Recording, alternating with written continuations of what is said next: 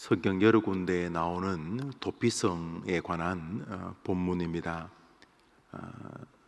특별히 도피성에는 사람을 죽이는 살인죄인이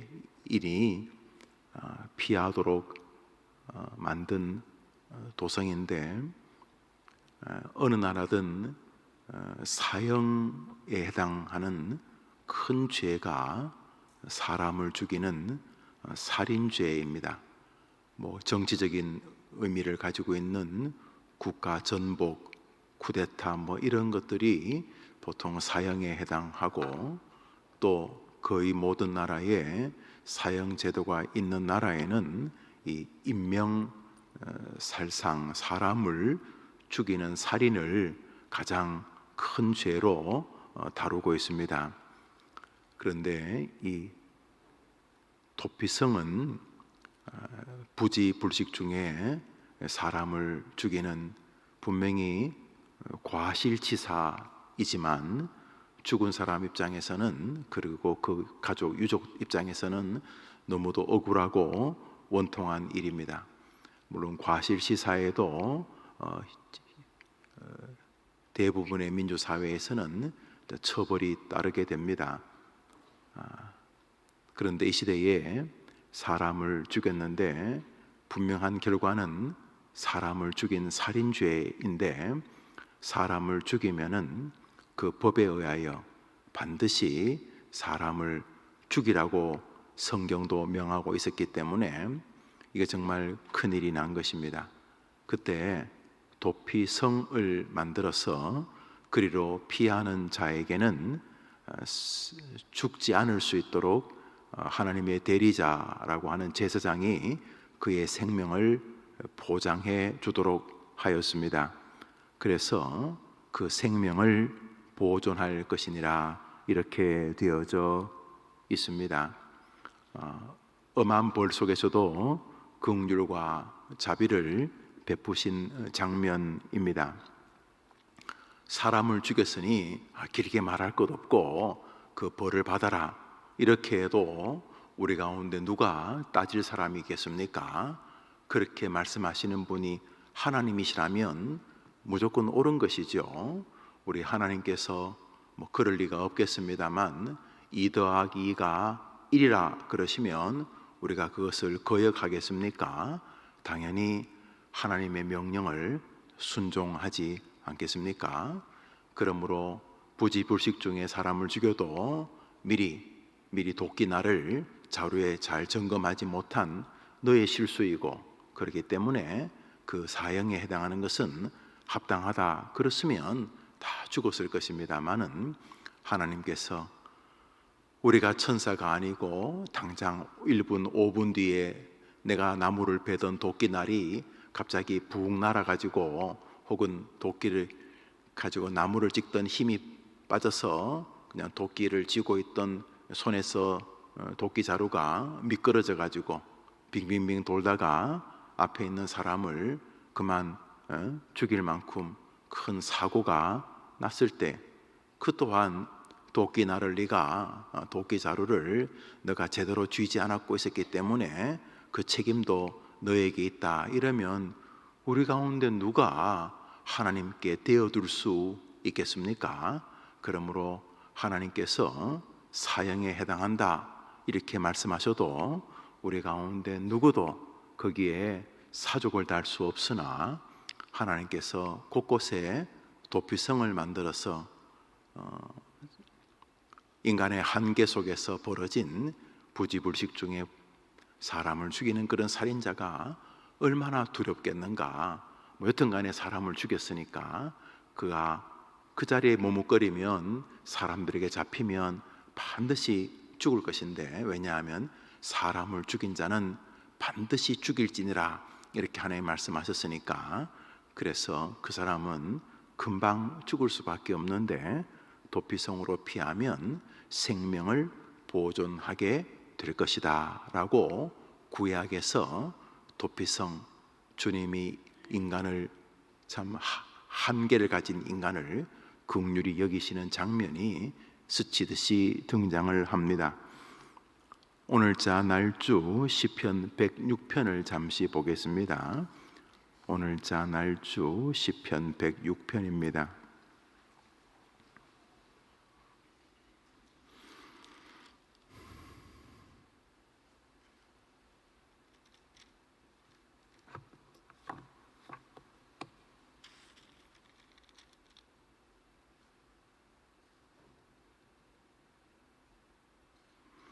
(44절에서 46절까지) 세 절 읽겠습니다. 44절에서 46절입니다. 시작. 그러나 여호와께서 그들의 부르짖음을 들으실 때에 그들의 고통을 돌보시며 그들을 위하여 그의 언약을 기억하시고 그 크신 인자하심을 따라 뜻을 돌이키사 그들을 사로잡은 모든 자에게서 긍휼히 여김을 받게 하셨도다. 여기 하나님께서 한번 계획했던 것을 바꾸실 수 있는가 하는 것입니다. 우리가 어떤 의견을 내었습니다. A라는 의견을 내었습니다. 근데 우리가 살다 보면은 내가 앞뒤를 조금 더 살펴보지 못했네. 내가 그 페이지를 읽지 못해 가지고 결론을 A라고 했는데 그 박사님의 논문 그 뒷페이지를 읽어보니까 A인 듯 하지만 정답은 C가 정답이었네. 우리는 살면서 우리의 의견이 더 좋은 의견에 의해서 번복될 수 있습니다. 그렇지 않습니까? 그렇죠. 인간의 한계 때문에 그렇습니다. 그래서 우리는 우리의 의지를 번복할 수 있습니다. 사나이가 칼을 뽑았으면 그거는 말 같자는 소리이죠. 인간이 그냥 분명하게 믿어도 돌아서면 우리의 지혜가 부족한 것이 참 많지 않습니까? 그런데 하나님이 그렇다면 이건 큰 문제입니다. 하나님께서 어떤 의견을 바라셨습니다. 이렇다. 그러면 그게 답이죠. 하나님이 실수. 내가 생각이 좀 부족했다. 이게 A가 아니고 B다, B. 이건 말이 안 되는 거죠. 그러므로 오늘 하나님께서 말이 안 되는 일을 우리 성경에 기록해 놓고 있습니다. 이유는 여러분을 저를 향한 긍휼 때문입니다. 살인죄는 죽어야 마땅한데 실수를 했던 그것도 자기가 죽인 거지. 도끼 자루를 제대로 붙잡았으면 도끼 자루가 빠지지 않았을 것 아니냐. 미리 점검했으면 괜찮았을 것 아니냐. 사람 있을 때는 더 비키라고 말했어야 된 거 아니냐. 너가 이제 잠 못 자다가 졸다가 등교하는 아이를 친 것 아니냐. 일부러 치려고 한 건 아니겠지만 너가 분명히 사람을 죽인 것이다. 이런 것처럼 하나님께서 그렇게 정하셔도 우리 가운데 아무도 거기에 하나님이 무정하다든지 이건 말이 안 되죠. 전능하시는 하나님은 언제나 오르시니까. 그런데 하나님이 도피성을 만들어 두셨습니다. 구약의 엄한 벌 속에서 무언가 작지만은 하나님의 성품 하나 긍휼하심이 보여집니다. 오늘 시편 도저히 이 시편 기자가 이 방자하기 짝이 없는 기록을 남기고 있습니다. 그것은 하나님이 뜻을 돌이키셨다는 내용입니다. 44절 45절 두 절을 다 같이 보겠습니다. 시작. 그러나 여호와께서 그들의 부르짖음을 들으실 때에 그들의 고통을 돌보시며 그들을 위하여 그의 언약을 기억하시고 그 크신 인자하심을 따라 주님이 번복하셨다는 말이죠. 뜻을 돌이킨다. 우리 범인도 아니고 이거 내가 20대는 그런 줄 알았는데 나이가 한 70쯤 먹으니까 그게 아니네. 그런 생각을 하지 않습니까? 그래서 그거 아니네. 그렇죠? 세상을 살면 나이가 주는 일정한 힘이 있습니다. 그 교회의 장로라는 제도가 있는데요. 장로라는 이름이 지도자 이런 의미가 아니라 노인이란 뜻입니다. 엘더, 노인. 노인에게 있는 지혜가 있죠. 노인 한 명이 돌아가시면 큰 국립도서관 하나가 없어진다고 할 만큼 노인이라고 하는 것은 그냥 병약하고 사회 주도 세력에서 뒤로 밀리는 그런 의미가 아니라 인생의 정말로 가장 빛나는 시절이 노인인 것이죠. 그래서 교회는 목사와 그 노인들이 함께 가장 성경적이고 신앙적이고 또 인간을 긍휼히 여기는 마음으로 교회를 잘 인도하기를 바라는 것이 우리 개혁교회의 장로 제도인 거죠. 그래서 깊이 상고 20대는 막 총 나간다, 30대도 뭐 칼 나간다, 뭐 한 50줄 들어서도 뭐 용감무상합니다. 그러나 한 60줄, 70줄, 80줄 들어서면 이해가 되기 시작합니다. 옛날에는 뭐 이건 이렇고 저건 저렇고 뭐 이놈이 네 똥이 크고 내 똥이 크고 뭐 네가 옳고 내가 옳고 그랬는데 나이가 들면서 정직해질 수 있죠. 아, 내가 죄인이구나. 그래, 내가 저 자리에 있었으면 나는 저 사람보다 더 했을 거야. 내가 훨씬 더 못된 놈이니까 하면서 성경에서 흐르고 있는 믿음과 소망과 사랑으로 사람을 보게 되는 거죠. 그렇게 되는 거죠. 교회도 젊을 때는 뭐 봉사는 하지만 교회를 좀 잘 활용하고, 나쁜 의미는 아닙니다. 교회를 통해서 은혜도 받고 시간이 지나면 교회가 너무 존귀해서 교회를 위하여 헌신하고, 심지어 주의 거룩한 이 몸된 교회를 위하여서, 예배당을 말하는 게 아닙니다. 교회, 에클레시아, 우리 어린아이부터 우리 노인 요양센터를 준비하고 있는 어르신에 이르기까지 우리 그 믿음의 에클레시아가 정말 소중해서 주의 몸된 교회를 위하여 자신의 삶을 바칠 수도 있게 된, 그게 다 늙어감이 주는, 그것도 바르게 늙어감이 주는 은혜인 거죠. 오늘 우리는 하나님에게서 그것을 느끼게 됩니다. 하나님이 뜻을 돌이키셨대요. 이거 말이 안 되잖아요. 하나님이 실수했다는 걸 인정하는 거예요. 뭐 하나님이 그러면 뭐 부족하다는 거예요. 우리야 하다가 보면 이거 아닌가 봐 이럴 수 있지만은, 하나님께서 그 전능하신 자가 무언가를 변혁시켰다. 앞에 것을 취소하시는 거죠. 뜻을 돌이킨다는 게 앞에 것을 취소하는 거죠. 앞에 거 없던 걸 하자, 이거 아닙니까? 이거 하나님에게 너무 스스로도 이게 참 하나님 속성을 스스로 잠식하시는 것인데, 그렇게 하셨다는 거죠. 이유가 있습니다. 이유가 44절 45절 같이 보여달라고 하니까 같이 안 보여주시네.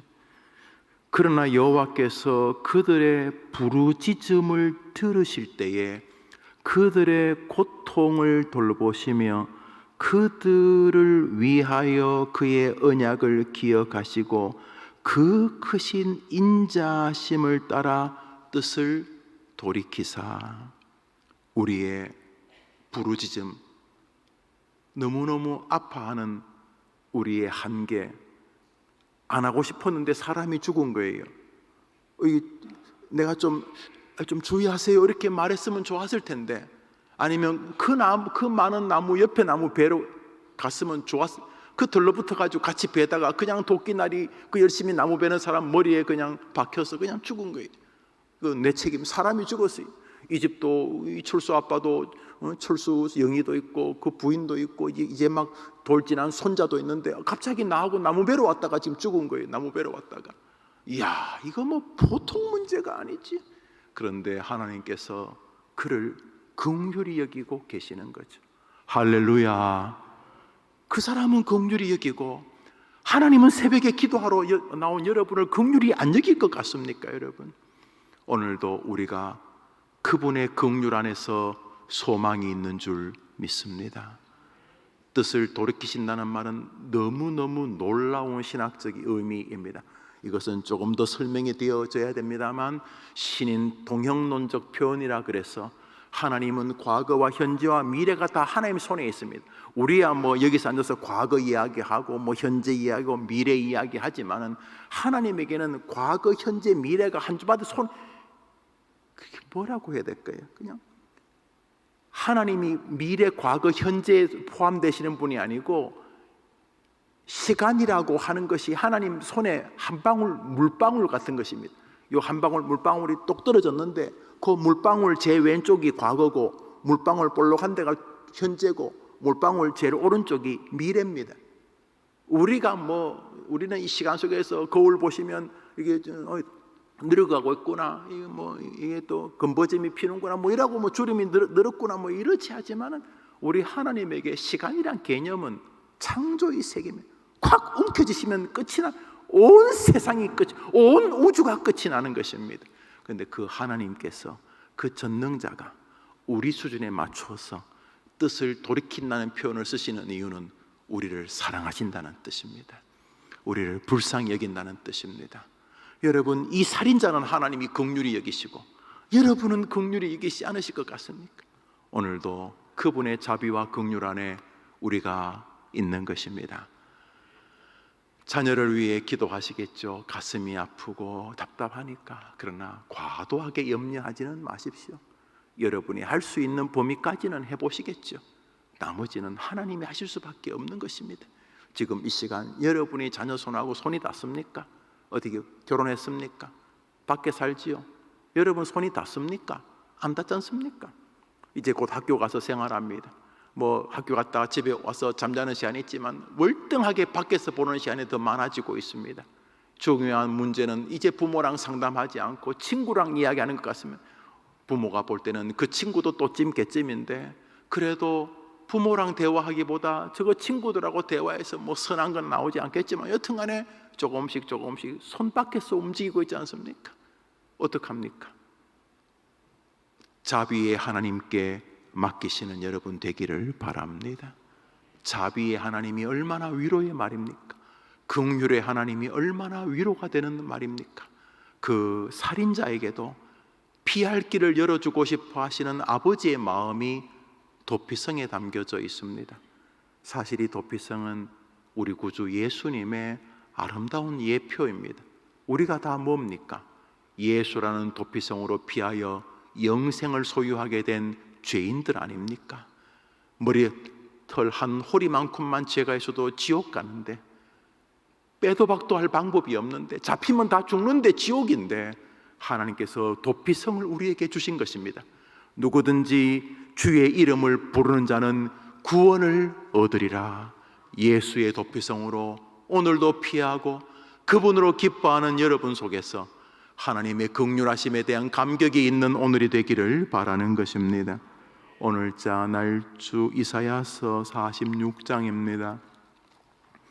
오늘자 날주 이사야서 46장입니다.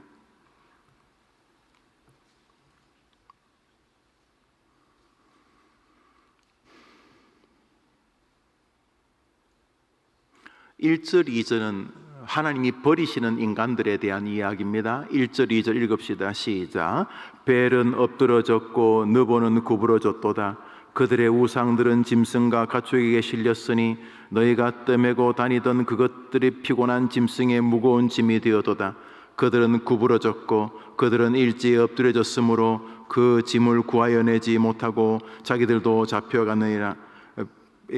바벨론의 신들의 이름이라고 생각하시면 됩니다.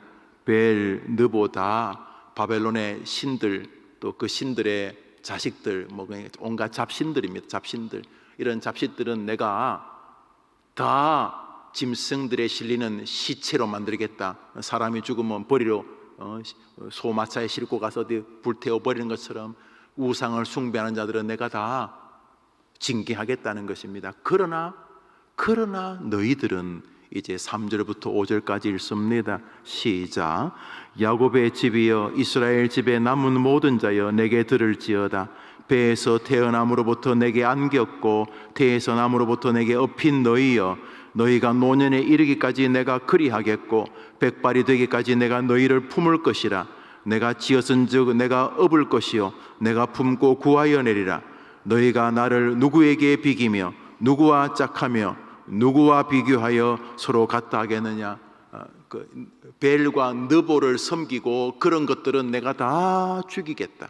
저주하고 심판하겠다. 그러나 야곱의 후손들이여, 이스라엘 백성들아, 너희들은 내가 그 어미가 아이를 품에 안고 평생을 품에 안고 지냈는 것처럼 나 여호와가 너희를 그렇게 품에 안고 보호하여 주겠다. 이런 내용입니다. 할렐루야. 아름답지 않습니까? 앞에 있는 징계와 뒤에 있는 긍휼히 여기는 백성을 비교하고 있습니다. 우리의 영혼이 안전한 이유는 우리가 탁월해서가 아니라 이 하나님의 신실하심 때문입니다. 하나님의 열심히 자신이 뱉은 말 때문에 예수를 구주로 믿는 우리들을 끝까지 지키시는 줄 믿으시기를 바랍니다. 우리는 오늘도 거룩한 도피성 우리 하나님이 계십니다. 우리 예수님이 계십니다. 오늘도 엉뚱한 곳에서 상념에 빠지지 마시고 힘들고 어려울 때마다 자비로우신 그분의 품으로 뛰어드는 여러분 되기를 축복합니다. 도피성으로 달려가는 살인자의 심정처럼 오늘도 수고하고 무거운 짐진 자들아 다 내게로 오라. 도피성 내게로 오라. 내가 너희에게 쉼과 안식을 주겠다고 하셨던 예수의 부모도로 여러분의 삶이 들어가게 되기를 바랍니다. 밑도 끝도 없는 염려와 근심을 묵상하지 마시고 득이 되지 않아요. 여러분 근심한다고 조금이라도 변화가 생기는가? 그렇지 않아요. 여러분 부러진 다리 근심한다고 붓겠습니까? 그러겠습니까? 불탄 집 근심한다고 다시 불탄 것이 없어지겠습니까? 안타깝긴 하지만은 우리가 의지할 분은 우리의 상념과 걱정에 대한 묵상이 아니라 우리의 도피성이 되신 우리 주님 품인 줄 믿습니다. 9절 읽습니다. 밑으로 내려오셔서 9절입니다. 9절 이사야서 46장 9절 읽읍시다. 시작. 너희는 옛적 일을 기억하라. 나는 하나님이라. 나 외에 다른 이가 없느니라. 나는 하나님이라. 이 하나님의 애틋한 마음. 왜 학교에서 선생님이나 또 대학 교수님들이 뭐 중요한 건 강조하잖아요. 이거 중요하다. 이거는 이 책에서 가장 중요한 거고, 이것은 이 시에서 가장 중요한 거고, 이것은 컴퓨터 프로그램 가운데 가장 중요한 것이다. 강조하잖아요. 오늘 하나님께서 너희가 옛적 일을, 아마도 출애굽을 이야기하는 것일 수도 있고 아브라함과 함께 하셨을 때를 이야기할 수도 있습니다. 혹은 하나님께서 구름 기둥, 불 기둥으로 그들을 인도하셨던, 혹은 모세가 손을 들고 있을 때 아말렉을 이기고 모세가 손을 내릴 때 아말렉에 지던 하나님께 모든 것이 달려있다는 그런 때를 기억하는 수 있습니다. 중요한 것은 나는 너희하고 같은 수준이 아니다. 나는 하나님이다. 어이 김 목사, 네가 힘들다고 나까지 힘든 거 아니다. 네가 어렵다고 내게 어려운 거 아니다. 나는 너의 하나님이다. 할렐루야. 그분 품으로 달려드는 여러분 되기를 바랍니다. 주님께서 뭐라 그래요? 내게 부르짖으라. 입을 크게 열라. 내가 채우리라. 아니 능력도 없는 사람이 허풍치는 것입니까? 주님께서 여러분에게 뭐라 그러십니까? 엉뚱한 데 헤매지 말고 내게로 오라. 수고하고 무겁고 힘들면 내게로 오라. 입을 크게 열라. 주여 도와주시옵소서. 그러면 도피성인 내가 너에게 은혜를 주겠다. 나는 자비와 긍휼의 하나님이다. 오늘 이렇게 말씀하고 계시는 것입니다.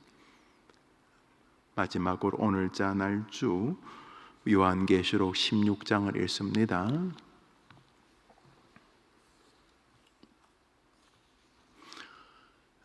목사들은 아침마다 무슨 조찬 모임 이런 게 많아요. 아침마다 시간을 아끼려고 그럴 수도 있겠지만 저 멀리서도 하고 또 하남에서도 하고, 오늘은 또 하남시에서 무슨 교육, 제가 너무 안 간다고 또 제게 목사님은 너무 안 오십니다 이렇게 써나갔어요.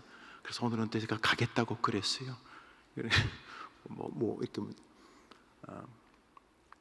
아침부터 이 시에서 이제 오늘 금요 기도회 전까지 예를 들어서 여러분 일들을 하실 것이고, 저는 이제 그 모임 마치고 또 화성의 장례식장 갔다 오고 이렇게 하다 보면 하루 가겠죠. 그 중요한 것은 여러분이나 제가 어디에 있든지 자비의 하나님은 우리를 떠나지 않는다는 사실입니다.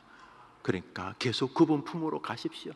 머리가 찌끈찌끈해도 그분 품으로 가시고, 길이 안 보여도 그분 품으로 가시고, 즐거운 일이 있어도 아이고 고맙습니다, 출처가 하나님인 거 압니다, 그분 품으로 가는 여러분 되시기를 바라는 것입니다. 믿을만 합니다. 그분은 자비로우신 분이십니다. 어떻게 해서든지 살려보려고 우리 곁에 도피성으로 와 계시는 분이십니다. 그분 품으로 나아가는 여러분 되시기를 바랍니다. 요한계시록 16장 우리 15절을 한 절 읽겠습니다. 15절입니다. 시작. 보라, 내가 도둑같이 오리니 누구든지 깨어 자기 옷을 지켜 벌거벗고 다니지 아니하며 자기의 부끄러움을 보이지 않은 자는 복이 있도다. 여러분, 요한계시록에 여러 말들이 있습니다. 이 말씀은 예수님께서, 어린 양이신 예수님께서 하신 말씀이십니다. 보라, 내가 도둑같이 오리니. 이제 우리가 다 주님 앞에 서게 되겠죠. 죽음이 도둑이 예고하고 오지 않는 것처럼 어느 날 죽음이 불식간에 다가오겠지요. 그때 자기 옷을 지키고 벌거벗지 않은, 그러니까 옷이 없으면 벌거벗는 거죠. 자기 옷을 가지고 있는 사람은 부끄러움을 다니지 아니하고 복이 있을 것이라. 그러면 아니 죽어서 하나님 만나는데 무슨 옷인가? 이것이 이런 옷이 아닌 것을 여러분은 느끼실 것입니다. 우리 요한계시록 4장을 잠시 보겠습니다. 요한계시록 4장입니다.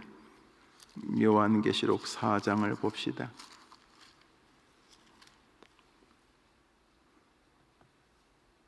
4절 읽겠습니다. 4절 시작.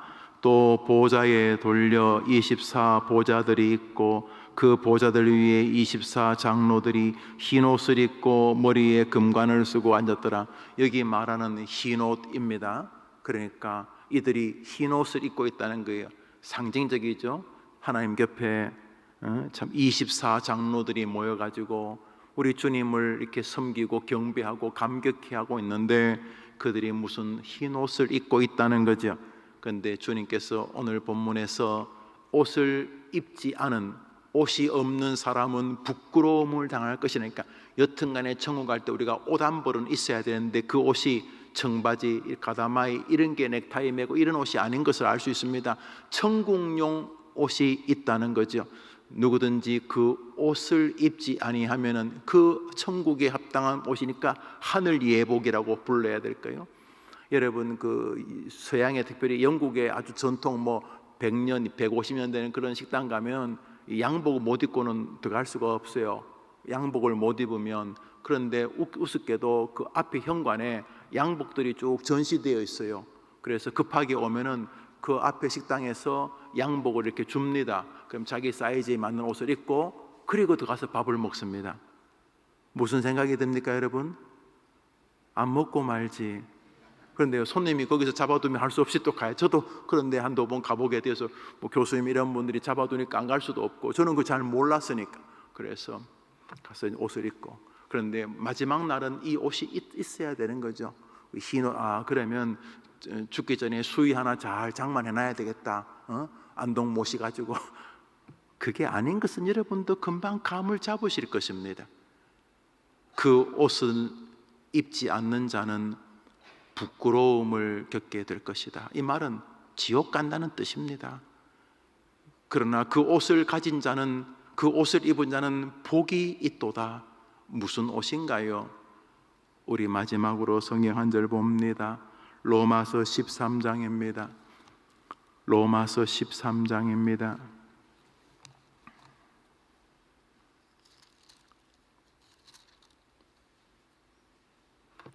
14절을 한 절 읽겠습니다. 읽읍시다. 시작. 우리 주 예수 그리스도로 옷 입고 정욕을 위하여 육신의 일을 도모하지. 우리 옷 이름이 뭐라고요? 옷 이름이 뭐라고요? 청바지요?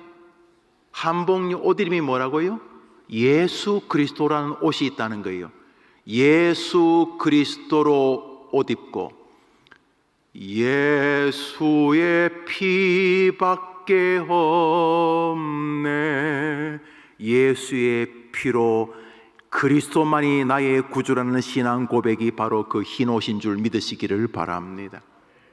마지막 날 우리가 입을 옷은 예수의 피로 만든 옷입니다. 여기 우리 주님의 최고의 인간을 향한 사랑이 있습니다. 도피성 수준이 아닙니다. 우리를 구원하시기 위하여 자신을 직접 십자가에서 죽이신 것입니다. 그리고 그 어린 양 피를 우리 몸에 발라 주신 것입니다.